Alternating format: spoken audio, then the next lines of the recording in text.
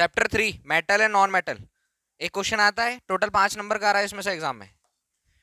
Hindi English दोनों में बोल रहा हूँ, सुनो ध्यान से। Physical property, direct physical property पर आ जाओ। इसके ऊपर कुछ लिखा हुआ है, in class 9th you have learned about various element, you have seen that element can be classified as metal or non metal on the basis of their properties। उनके गुणधर्मों के आधार पर हम मेटल और नॉन मेटल, मेटल और non metal का मतलब क्या होता है, धातु और अधातु, मेटल और नॉन मेटल, हिंदी में धातु और अधातु, ठीक है। इसके गुणधर्मों के आधार पर, गुणधर्म मतलब हिंदी में होता है गुणधर्म, इंग्लिश में होता है प्रॉपर्टीज। प्रॉपर्टीज के अकॉर्डिंग हम क्लासिफाइड कर सकते हैं कौन सा मेटल है कौन सा नॉन मेटल है। क्लियर। फिजिकल प्रॉपर्टी पहला टॉपिक, एग्जाम में क्वेश्चन पूछता है डिफरेंस बिटवीन मेटल और नॉन मेटल, धातु और धातु में अंतर लिखिए। या क्वेश्चन पूछ सकता है फिजिकल प्रॉपर्टीज ऑफ मेटल, धातुओं के भौतिक गुणधर्म लिखिए। भौतिक गुणधर्म मतलब कि अगर ये धातु है तो ये दिखने में कैसी है, और इसको पीटने पर तोड़ने पर ये किस प्रकार का गुणधर्म प्रदर्शित करती है, इस प्रकार की फिजिकल प्रॉपर्टी। और केमिकल प्रॉपर्टी रासायनिक, रासायनिक गुणधर्म का मतलब होता है कि उसका किसी के साथ रिएक्शन करने पर उस पर क्या इफेक्ट पड़ता है। तो दो चीजें हैं, फिजिकल प्रॉपर्टी और केमिकल प्रॉपर्टी। फिजिकल प्रॉपर्टी मतलब जैसा दिख रहा है वैसा, और केमिकल प्रॉपर्टी मतलब उसमें उसकी केमिकल के साथ रिएक्शन कराने पर क्या इंसान जैसा दिखता है वैसा होता नहीं है, ऐसा भी हो सकता है, ऐसा भी बोल सकते हैं, ठीक है। उसके अंदर बहुत सारी ऐसी गुणधर्म होते हैं जिससे वो तरह तरह की सोच रखता है या तरह तरह की बातें बोलता है, ठीक है। मेटल और non metal, metal non metal, सबसे पहले फिजिकल प्रॉपर्टी पढ़ रहे हैं हम लोग। फिजिकल प्रॉपर्टी बुक होना पास में, बुक में से देखो, पहले हम पूरा रीड करेंगे भौतिक गुणधर्म, और यही याद करना है भौतिक गुणधर्म। पहला पैराग्राफ लिखा है मेटल के बारे में, मेटल्स के बारे में। फिजिकल प्रॉपर्टी क्या बता रहे, the easiest way to start grouping substances is by comparing their physical property. सबसे इजी वे इसको कंपेयर करने का मतलब इन पदार्थों के भौतिक गुणधर्मों की तुलना करके समूहों में अलग अलग करने का सबसे आसान तरीका कौन सा है, फिजिकल प्रॉपर्टी। फिर आगे, let us study this with the help of the following activity. एक एक्टिविटी दी है 3.1, एक्टिविटी हमारे लिए इंपॉर्टेंट है अगर हम पढ़े उसको तो। बट क्वेश्चन इसमें से नहीं आता है, क्वेश्चन नीचे से आता है। एक्टिविटी पढ़कर भी हम बहुत सारी चीजें सीख सकते हैं, बट डायरेक्ट हम क्या आएंगे उसकी बेसिक चीजों पर पढ़ेंगे। नीचे एक्टिविटी लिखी हुई है, एक्टिविटी रीड करना है। For preparing activities 3.1 to 3.6 collect the sample of following metal iron copper aluminium magnesium sodium lead zinc and any other metal that is easily available. ऐसे धातुओं को अवेलेबल करना है, जो अवेलेबल हो जाए, मिल जाए, ऐसी धातुओं को देखना है। जैसे कि सबने आयरन देखा होगा, आयरन मतलब लोहा, Fe। इसके बाद सेकंड है यहाँ पर कॉपर, कॉपर मतलब होता है तांबा, सिंबल पूछ लेता है Cu। इसके बाद यहाँ पर दिया हुआ है एल्यूमिनियम, एल्यूमिनियम का सिंबल है Al। इसके बाद मैग्नीशियम Mg, ठीक है, हिंदी में मैग्नीशियम Mg पता होना चाहिए इसका सिंबल क्या है। मैग्नीशियम के बाद sodium, sodium Na, sodium Na, lead Pb होता है सीसा, और इसके साथ एक और जिंक, जिंक मतलब होता है Zn, जस्ता Zn, ये आपको पता होना चाहिए। इतनी सारी चीजें मेटल, वो बोल रहा है कि इन एक्टिविटीज में ये सारी चीजें जो इजीली अवेलेबल हो जाए इसको आप लाइए। क्या करना है, metals in their pure state, जो मेटल होता है इसकी प्योर अवस्था में मतलब अपनी शुद्ध अवस्था में धातु की सतह इसकी कैसी होती है, चमकदार होती है। लिखा हुआ है, चेक करना, metals is their pure state have a shining surface. जो प्योर होती है वो शाइनिंग सरफेस की होती है, उसको हम कैसे समझ सकते हैं, वो मेटल है। मतलब अगर कोई धातु शुद्ध अवस्था में होती है तो उसका सरफेस कैसा होता है, शाइनिंग सरफेस होता है, चमकदार परत होती है, परत नहीं सतह। This property is called metallic lustre, ठीक। पहली प्रॉपर्टी मेटालिक लस्टर, ये होती है इसकी धात्विक चमक, ठीक है। हिंदी में क्या आएगा, धात्विक चमक, धात्विक चमक। अगर कोई धातु, याद रखना ऑब्जेक्टिव में भी क्वेश्चन बन जाता है कि अगर कोई धातु एकदम प्योर स्टेट में है, प्योर स्टेट में मतलब शुद्ध अवस्था में है, तो वो क्या कहलाता है, मेटालिक लस्टर। इसकी पहली फिजिकल प्रॉपर्टी धात्विक चमक, उस पर चमक होती है।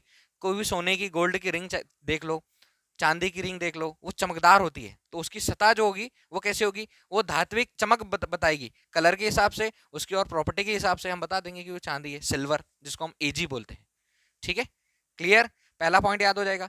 मेटालिक लक्षण को किस हिसाब से दर्शाया जाता है, धात्विक चमक को कैसे दर्शाया जाता है कि धातु की सतह अगर चमकदार हो, शुद्ध धातु की चमक, उसमें कुछ अशुद्धि नहीं मिली होनी चाहिए, तो वो कैसी होती है, लक्षण होती है, मेटालिक लक्षण। कोई डाउट है, पेज पलटाओ। एक्टिविटी 3.1, एक्टिविटी 3.2, ये तुम लोगों को रीड करना है अच्छे से, ठीक है, रीड करना है, क्योंकि प्रॉपर्टी के ऊपर बहुत सारी चीजें आती है, बट हमारे जो क्वेश्चन बनेंगे इसमें इंपॉर्टेंट क्वेश्चन ये है, मेटल और नॉन मेटल में डिफरेंस, मेटल की फिजिकल प्रॉपर्टी और मेटल की chemical property, metal non metal की फिजिकल प्रॉपर्टीज में डिफरेंस और केमिकल प्रॉपर्टीज में डिफरेंस। कुछ होता है, कुछ अपवाद होता है जिसके अंदर एक्सेप्शन होते हैं, वो हम यहाँ पर देखेंगे।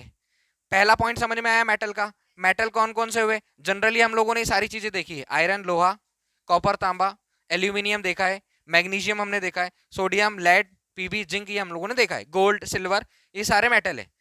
अगले पेज पर, you will find the metal are generally hard, हमने देखा है कि मेटल क्या है, generally hard, the hardness varies from metal to metal, और इसकी हार्डनेस किस पर डिपेंड करती है, ठीक है, मतलब अलग अलग होती है इसकी हार्डनेस। आप देखेंगे कि धातुएं सामान्यतः कठोर होती है, प्रत्येक धातु की कठोरता अलग अलग होती है, और सबकी कठोरता अलग अलग होती है।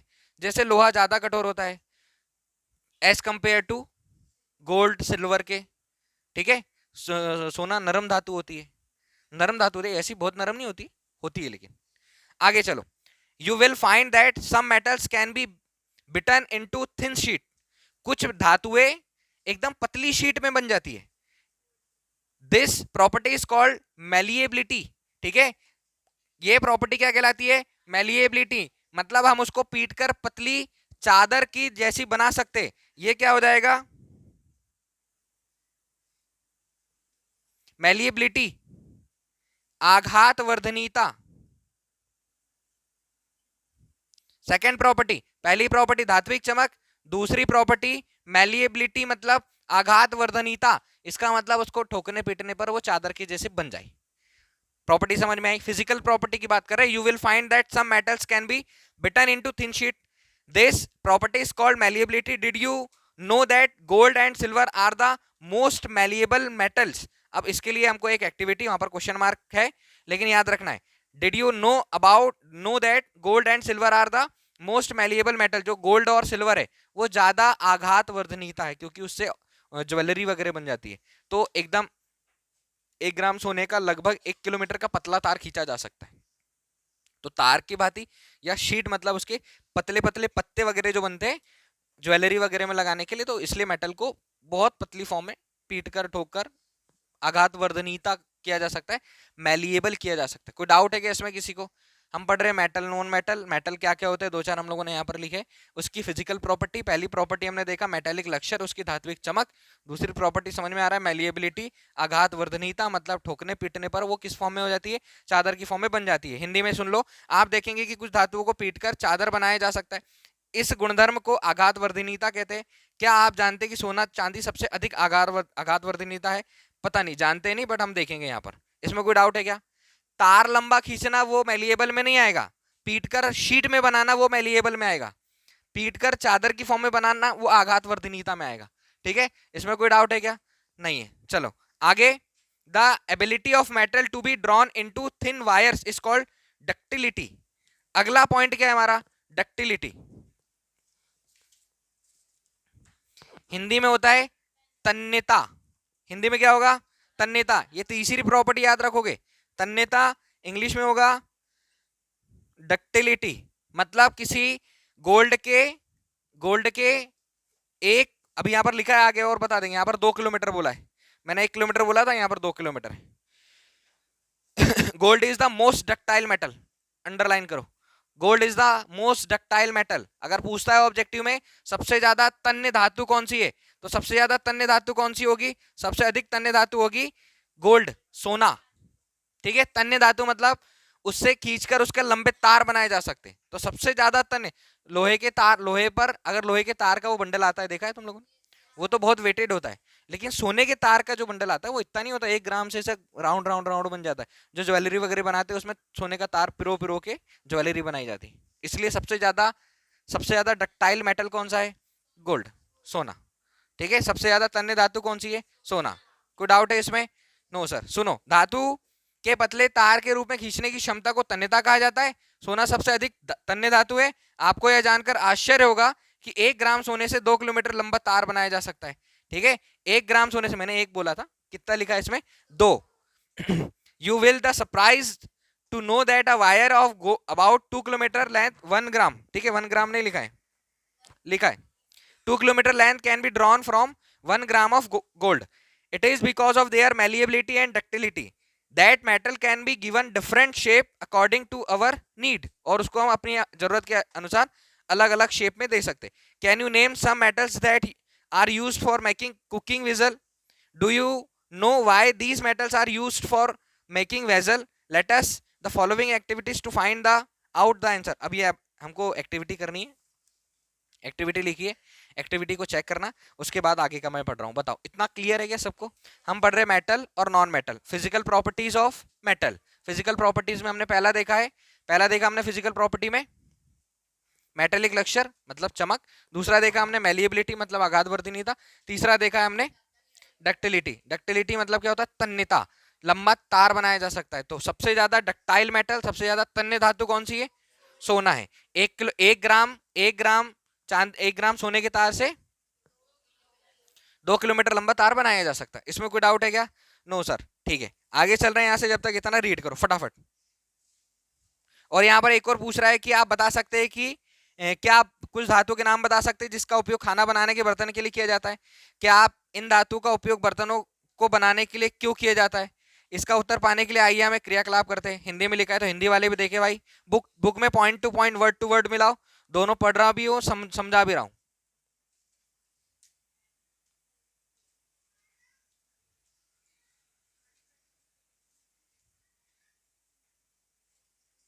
ऑब्जेक्टिव भी लिखना है यहाँ से। चलो एक पैराग्राफ और देखो, फिर उसको रीड करना तुम लोगों ने। इस पैराग्राफ में 2 ऑब्जेक्टिव मिलेंगे तो दोनों ऑब्जेक्टिव को लिखना है यहाँ पर, ठीक? अलग से अंडरलाइन करना, लिखना। The above activity shows the metal are good conductors of heat and have high melting point. उनने बताया है कि आप कुछ ऐसे बर्तनों के, ऐसी चीजों के नाम बताओ जिसका यूज बर्तन बनाने में किया जाता है। ऐसी धातु के नाम बताओ जिसका यूज बर्तन बनाने में किया जाता है, खाने के बर्तन बनाने में। हमारे घर में भी है बर्तन जिसमें खाना पकाते हैं। तो वो बोला है कि क्यों, इन्हीं का यूज क्यों किया जाता है? तो उसमें लिखा हुआ है, क्या लिखा है इसमें? इनका हाई मेल्टिंग पॉइंट होता है। हाई मेल्टिंग पॉइंट मतलब कि इनका बहुत अधिक गलनांक वाला पॉइंट जो होता है बहुत ज्यादा होता है, गलनांक बहुत ज्यादा होता है। गलनांक मेल्टिंग पॉइंट का मतलब कि कोई भी धातु को अगर गलाना पड़े तो बहुत ज्यादा हीट और एनर्जी, ऊष्मा देना पड़ेगा, तब जाके वो पिघलेगी, ठीक है? और गोल्ड और सिल्वर को ज्यादा हीट नहीं देना पड़ता उसको पिघलाने के लिए। तो हमको ये बताना है कि जो ऐसे मेटल, ऐसी धातु जिनका उपयोग बर्तन बनाने के लिए किया जाता है, खासकर खाने वाने के बर्तन बनाने के लिए, तो उन्हीं धातु का उपयोग क्यों किया जाता है जिसके बर्तन हमने देखे हमारे घर में। तो उसको क्या आंसर दोगे कि उनका जो गलनांक होता है वो क्या होता है? बहुत अधिक। अब इस गलनांक का मतलब मेल्टिंग पॉइंट बहुत ज्यादा होता है। गलनांक का मतलब कि कोई भी ऑब्जेक्ट बोलो, मेटल बोलो, नॉन मेटल बोलो या पानी बोलो, 100 डिग्री सेल्सियस पर पानी उबलना स्टार्ट करता है तो उसका वो बॉइलिंग पॉइंट है, मतलब वो उबलना प्रारंभ करता है। और मेल्टिंग पॉइंट, पिघलना वाला, वो एक अलग होगा। बर्फ पिघलती है, ठीक है? बर्फ को अगर हम रूम टेम्परेचर पर रखें तो धीरे धीरे धीरे धीरे क्या हो जाएगी? वो पिघल जाएगी। तो वो उसका मेल्टिंग पॉइंट रूम टेम्परेचर पर ही हो सकता है, बर्फ का, धीरे धीरे पिघलेगी। और बॉइलिंग पॉइंट का मतलब उबलना। तो बर्तन को अगर पिघलाना है तो हमको उसको ज्यादा हीट देना पड़ेगा, हीट ज्यादा देना पड़ेगा। तो जो बर्तन है जिसका उपयोग घर में खाना बनाने के लिए किया जाता है, इनका मेल्टिंग पॉइंट, इनका गलनांक बहुत अधिक होता है, इसलिए इसको किस में रखा जाता है? खाना बनाने के बर्तन में, ठीक है? इसमें और कुछ भी लिखा हुआ है, ध्यान से देखना। सिल्वर तथा कॉपर ऊष्मा की सबसे अच्छी चालक होती है। सिल्वर तथा कॉपर, एक तो चांदी और एक कॉपर, सिल्वर और कॉपर, चांदी और तांबा ऊष्मा का सबसे अच्छा चालक होता है। जो घर में इलेक्ट्रिसिटी की वायर होते हैं वो ज्यादातर किसके होते हैं?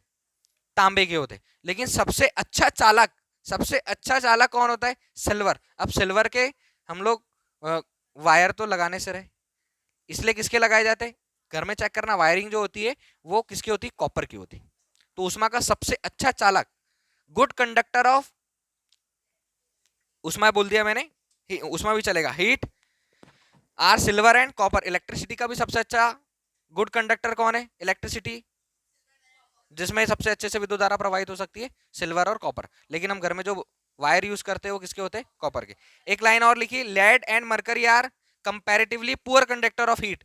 जो मरकरी है और जो मरकरी के साथ लेड जो है ये कुचालक होते हैं एज कंपेयर टू। कुचालक मतलब जिसमें विद्युत धारा का प्रवाह नहीं होता है, और यहाँ हीट की बात हो रही है तो हीट के बैड कंडक्टर कुचालक होता है। कौन कौन, मरकरी और lead.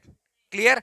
Do metal also conduct electricity, let us find out. हमने यहाँ पर हीट की बात करी थी, ऊष्मा की बात करी थी, दोनों चीजें आप लोगों ने देख लेना है। क्लियर है क्या यहाँ तक मैंने जो जो समझाया? एक बार फिर से रिपीट करूंगा, थोड़ा सा एक पैराग्राफ और बचा है एक्टिविटी 3.6 के नीचे, मिलाओ। एक्टिविटी 3.6 के नीचे एक पैराग्राफ बचा है, फिर अपन और देखते हैं।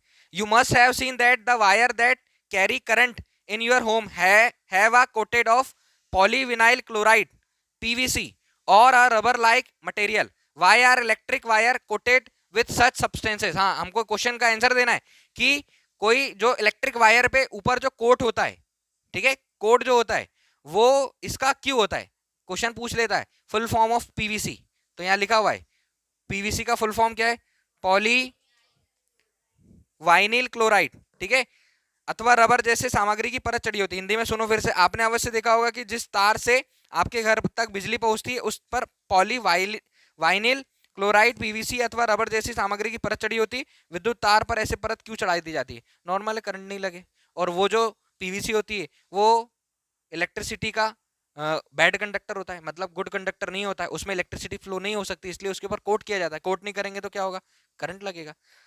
जब धातु किसी कठोर सतह से टकराती है तो क्या होता है, क्या वह कोई आवाज उत्पन्न करती है? जो धातु कठोर सतह से टकराने पर आवाज उत्पन्न करती है उसे ध्वनिक या सोनोरस कहते हैं। क्या अब आप बता सकते हैं कि स्कूल की घंटी धातु की क्यों बनी होती है? ये धातु का आखिरी वाला पॉइंट था। What happens when metals strike a hard surface? Do they produce a sound? The metal that produce a sound on striking a hard surface are said to be sonorous. अगर साउंड निकलता है, ध्वनिक निकलती है, ध्वनि निकलती है, तो उसकी वो प्रॉपर्टी को क्या बोलते हैं हम लोग, sonorous. Can you now say why school bells are made of metal? Metal का नहीं बनाएंगे तो किसका बनाएंगे, वुड का बनाएंगे। अगर हमको नहीं पता है प्रॉपर्टी तो वुड का बनाने का ट्राई करेंगे, प्रॉपर्टी पता है तो किसका बनेगा, वो मेटल का बनेगा, क्योंकि साउंड पूरे स्कूल भर में जाना चाहिए। क्लियर। तो प्रॉपर्टी समझ में आई, मेटल की प्रॉपर्टी। सुनो क्या क्या पढ़ा हमने, मेटल और नॉन मेटल। फिजिकल प्रॉपर्टी में सबसे पहली प्रॉपर्टी पढ़ी हमने मेटालिक लक्ष्यर। इसका मतलब कोई भी मेटल जो होता है प्योर कंडीशन में रहता है, प्योर रहता है, तो उसकी सतह सरफेस होती है चमकदार होती है। दूसरा मैलिएबल, आघात वर्धनीयता, किसी भी मेटल को पीटने पर वो परत की जैसी बन जाती है। गोल्ड, सिल्वर, ये मैलिएबल है, ठीक है, ये आघात वर्धनीय है। फिर पढ़ा हमने डक्टिलिटी, तन्यता, सबसे खींचने पर लंबे तार की फॉर्म में बन जाना वो डक्टिलिटी कहलाती है, तन्यता कहलाती है। ये गुण किसके अंदर होता है, गोल्ड में। 1 ग्राम सोने से 2 किलोमीटर का लंबा तार बनाया जा सकता है। पतला होगा एकदम, बहुत मोटा तार नहीं होगा, पतला तार होगा। फिर हमने क्या पढ़ा इसके साथ साथ, हमने इसमें देखा PVC, full form of PVC, और हमने ये भी देखा सिल्वर और कॉपर हीट का गुड कंडक्टर होता है। ऊष्मा का सबसे अच्छा चालक सिल्वर मतलब चांदी और कॉपर होता है, और बैड कंडक्टर लेड और मर्क्यूरी। मर्क्यूरी एक ऐसी धातु है जो किसमें रहती है, जो लिक्विड फॉर्म में रहती है, द्रव अवस्था में रहती है। वो धातु जरूर है लेकिन वो किस फॉर्म में रहती है, द्रव अवस्था में रहती है। इसके साथ साथ हमने एक और पॉइंट क्या देखा, सोनोरस। एग्जाम में सोनोरस के बारे में पूछा जाता है कि अगर उस पर जो उसका साउंड करने का की प्रॉपर्टी है, वो ध्वनिक प्रॉपर्टी, वो क्या कहलाती है, सोनोरस कहलाती है। इसमें किसी को कोई डाउट है क्या, इतने में किसी को कोई डाउट है? नहीं है, इतना पढ़े। फिर मैं धातु के बारे में पढ़ रहा हूँ, नॉन मेटल। इसमें ज्यादा अच्छे से हमको चीजों को देखना है क्योंकि केमिकल रिएक्शन है, ये तो हम नॉर्मल याद कर सकते हैं। ज्यादा अच्छे से हमको अधातु को देखना है। क्वेश्चन पूछता है धातु अधातु में अंतर, मेटल और नॉन मेटल में डिफरेंस। क्लियर। एक बार पूरा पेज पढ़े, फिर मैं नॉन मेटल्स पढ़ रहा हूँ। Non metal, in the previous class you have learn that there are very few non metals as compare to metal. हमने पिछली कक्षा में पढ़ा है कि मेटल ज्यादा होते हैं नॉन मेटल के कंपैरिजन में, इतना याद रहेगा। मेटल की संख्या ऐसे हिंदी में समझ लो, हिंदी का परफेक्ट वर्ड टू वर्ड पढ़ो। पिछली कक्षा में आप अध्ययन कर चुके हैं कि धातुओं की तुलना में अधातुओं की संख्या कम है, अधातुएं कम है और धातुएं ज्यादा है, याद रहेगा। फिर नेक्स्ट इसमें आगे लिखा हुआ है some of the example of non metals are carbon, sulphur, iodine, oxygen, hydrogen, etc.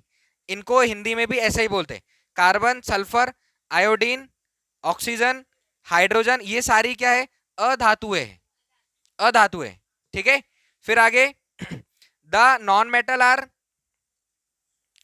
Metal are either solids और gases except bromine which is a liquid. और इस नॉन मेटल में एक जो अपवाद है वो क्या है, ब्रोमीन, ठीक है। और उधर साइड एक अपवाद जो है, एक्सेप्शन, वो क्या है, मर्क्यूरी। जो मेटल है वो लिक्विड फॉर्म में, द्रव अवस्था में मेटल जो है मर्क्यूरी, पारा, और नॉन मेटल जो है वो क्या है, ब्रोमीन। ऐसा इस बुक में लिखा हुआ है और यही सही है, ठीक है। इसके अलावा सारी धातुएं या तो ठोस या फिर गैस होती है। क्या धातुओं के समान अधातुओं की भी कुछ गुणधर्म होते हैं, आइए हम पता करते हैं। The non metals are either solid or gases except bromine. Bromine को छोड़कर सारी धातुएं ठोस और गैस की फॉर्म में होती है। ब्रोमीन जो है वो किस फॉर्म में होता है, लिक्विड फॉर्म में, द्रव अवस्था में। अंडरलाइन कर लो, इंपॉर्टेंट है, ऑब्जेक्टिव पूछ सकता है। एक एक्टिविटी लिखी हुई है और फिर नीचे आ जाए, एक्टिविटी रीड करनी है तुम लोगों को। एक्टिविटी में बहुत सारा दिया रहता है बट हमारे लिए क्वेश्चन के लिए नीचे नीचे चीजों को देखना है। यहां तक किसी को डाउट अधातु के बारे में? अब अधातु से हमको क्या पता चला, नॉन मेटल से क्या पता चला, नॉन मेटल कम होता है किसके कंपेयर में, मेटल्स के कंपेयर में। नॉन मेटल के लिए क्या होता है, कार्बन, सल्फर, आयोडीन, हाइड्रोजन, ये क्या, ये सब क्या क्या कहलाता है, नॉन मेटल। और ब्रोमीन ऐसा है जो किस फॉर्म में पाया जाता है, लिक्विड की फॉर्म में पाया जाता है, द्रव अवस्था में पाया जाता है। आगे नीचे लिखा है on the basis of the observation recorded in table 3.1। 3.1 में हमको ऑब्जर्वेशन रिकॉर्ड करना है। Discuss the general physical properties of metal and non metal in the class. You must have concluded that we cannot group element according to their physical property alone as there as many exceptions. for example, हम सिर्फ उनकी physical भौतिक अवस्था के गुणधर्म के आधार पर उनके तत्वों का वर्गीकरण नहीं कर सकते, इसलिए हमको और दूसरी चीजें भी चाहिए। जैसे नीचे कंपेयर करके बताया है, पहला पॉइंट कंपेयर करके बताया, पॉइंट सुनना, all metal except mercury exist as solids at room temperature. जो मर्क्यूरी है उसको छोड़कर सारी धातुएं कमरे के ताप पर ठोस अवस्था में पाई जाती है। मर्क्यूरी को छोड़कर, क्योंकि वो किस फॉर्म में है, लिक्विड फॉर्म में, द्रव अवस्था में। फिर आगे activity 3.5, you have observe that metals have high melting point. जो मेटल है उसका मेल्टिंग पॉइंट कैसा होता है, high, but gallium and caesium have very low melting point. और दो ऐसी मेटल्स है, मरकरी को छोड़कर सारी धातुएं कमरे के ताप पर ठोस अवस्था में होती है। क्रियाकलाप 3.5 में आपने देखा है, ठीक है। धातुओं का गलनांक अधिक होता है लेकिन गैलियम और सीजियम का गलनांक बहुत कम होता है, इसमें अंडरलाइन करना है। दो ऐसी मेटल्स गैलियम और सीजियम, इनका गलनांक बहुत कम होता है। गलनांक मतलब होता है मेल्टिंग पॉइंट, कम टेम्परेचर पर भी ये गल जाती है। गल जाती है मतलब मेल्ट हो जाती है, पिघल जाती है, ठीक है। मेल्ट होने के लिए, जैसे पानी उबलने के लिए 100 डिग्री टेम्परेचर चाहिए, किसी भी धातु को, सोने को गलाने के लिए कम टेम्परेचर चाहिए, लेकिन लोहे को अगर किसी भट्टी में गलाना हो, उससे कोई दूसरी चीज बनाना तो ज्यादा टेम्परेचर चाहिए। लेकिन गैलियम और सीजियम को अगर हमको गलाना है, इसका गलनांक बहुत कम होता है, ये अपवाद है। मरकरी, गैलियम, जो जो अलग अलग चीजें, इनको याद रखना, इससे ऑब्जेक्टिव बनता है। फिर आगे, यदि आप अपनी हथेली पर इन दोनों धातुओं को रखेंगे तो ये पिघलने लगेंगी। बहुत अच्छा, याद रखोगे। These two metals will melt if you keep them on your palm. अगर दोनों को आप हथेली पर रखोगे तो क्या हो जाएगी, रूम टेम्परेचर पर भी गलने लगेगी। कौन कौन सी, गैलियम और सीजियम, याद रहेगा। नेक्स्ट पॉइंट बोला है, iodine is a non metal but it is a lustrous. मतलब आयोडीन जो होता है धातु, अधातु होती है, लेकिन ये कैसी होती है, चमकीली होती है। नॉन मेटल की फॉर्म में कौन आता है, आयोडीन, लेकिन ये कैसा होगा, लक्ष्यरस। कुछ कंपेयर बता रहा है वो, कि जरूरी नहीं कि हम इनकी सिर्फ फिजिकल प्रॉपर्टी पर दोनों को कंपेयर कर ले।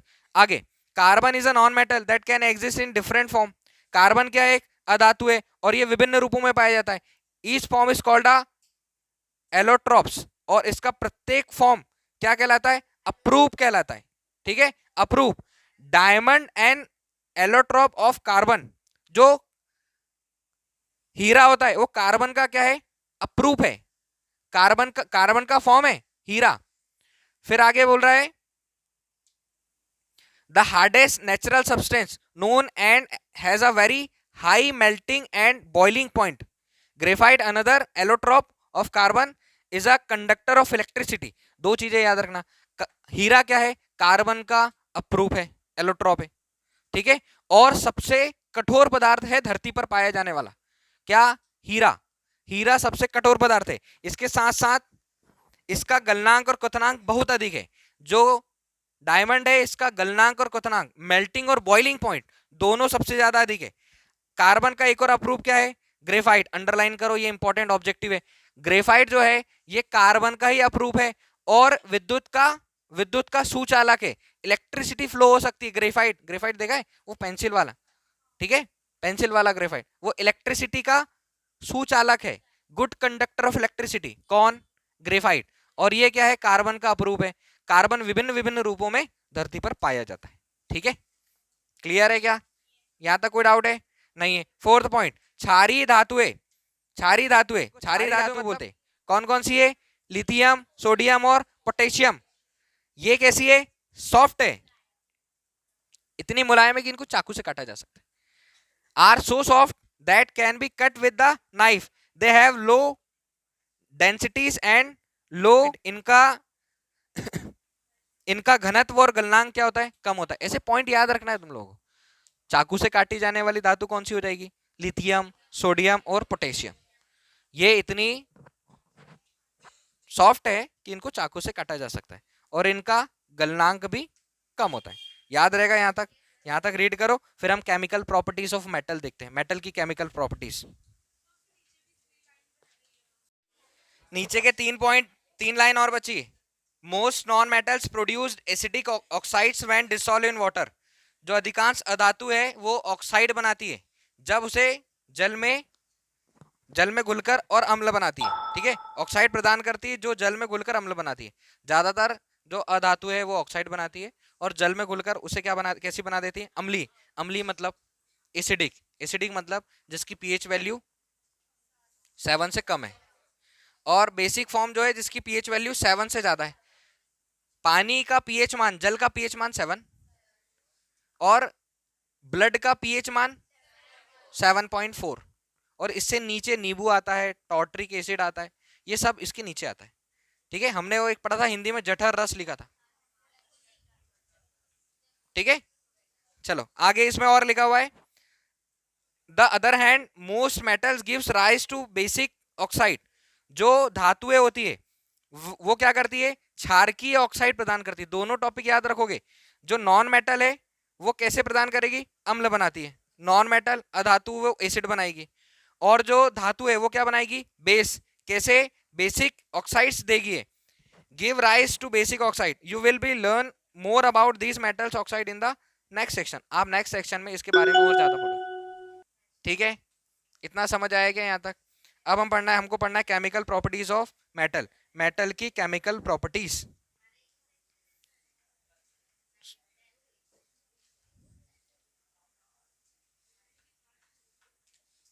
इसमें कुछ क्वेश्चंस है, इसके आंसर दो। क्वेश्चन है, ऐसी धातु को उदाहरण दीजिए जो कमरे के ताप पर द्रव होती है। मर्क्यूरी। इंग्लिश में लिखा है is a liquid at room temperature. दूसरा है, चाकू से आसानी से काटा किसको जा सकता है? सोडियम। Alkali metals. ऊष्मा की सबसे अच्छी चालक is the best conductor of heat. चांदी और कॉपर, चांदी और तांबा। फिर ऊष्मा की कुचालक मतलब poor conductor of heat, lead और दोनों चारों समझ में आए तो यहां से तो क्वेश्चन तुम लोगों को बन जाएगा। Explain the meaning of malleable and ductile. ये एग्जाम में आता है।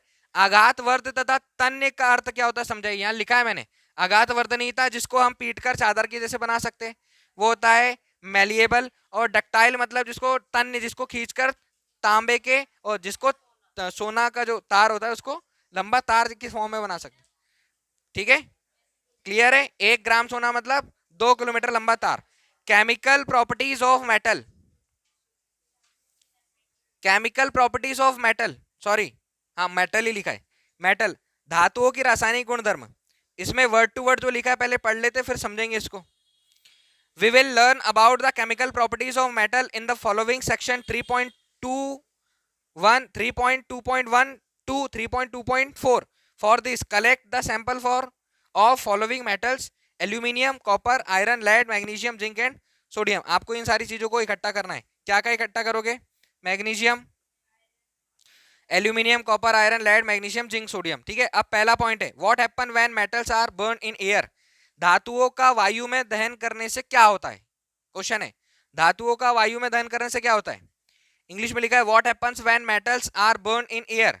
You have seen in activity 3.8 that magnesium burns in air with a dazzling flame. Dazzling flame. Do all metals react in the same manner? Let us check by performing the following activity. नीचे एक activity लिखी हुई है, ये activity तुम लोगों को complete करना है। ठीक है, हम लोग आ रहे हैं डायरेक्ट। लगभग सभी धातुएं ऑक्सीजन के साथ मिलकर संगत धातु के ऑक्साइड बनाती है। सभी धातुएं ऑक्सीजन के साथ मिलकर क्या बनाती है? धातु के ऑक्साइड। याद रहेगा, almost all metals combine with oxygen to form metal oxide. पहला याद रखना, मेटल की केमिकल प्रॉपर्टीज में लगभग सभी धातुएं ऑक्सीजन के साथ मिलकर क्या बनाती है? धातु ऑक्साइड। धातु प्लस ऑक्साइड ऑक्सीजन क्या बनेंगे? धातु के oxide. Metal plus oxygen gives metallic oxide. कोई डाउट है? केमिकल प्रॉपर्टीज मेटल की। Second, for example when copper is heated in air. जब कॉपर को वायु की उपस्थिति में हम क्या करते हैं? गर्म करते हैं। It is combine with oxygen to form copper third oxide, a black oxide.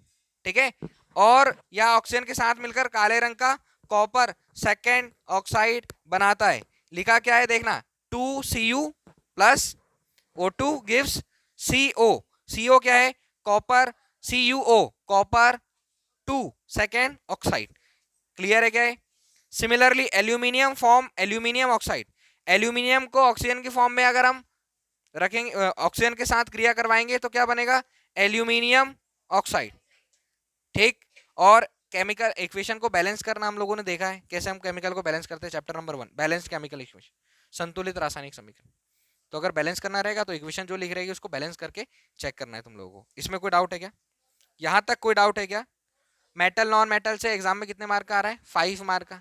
Word to word एक एक पेज पढ़ रहे हैं हम लोग, ध्यान देना है इस पर, कैसे करना है और समझना है इसको। साथ साथ रिकॉर्ड हो रहा है, तुम लोग पढ़ भी रहे हो, साथ साथ रिकॉर्ड हो रहा है, तो इसको देख भी लेना है। ठीक है,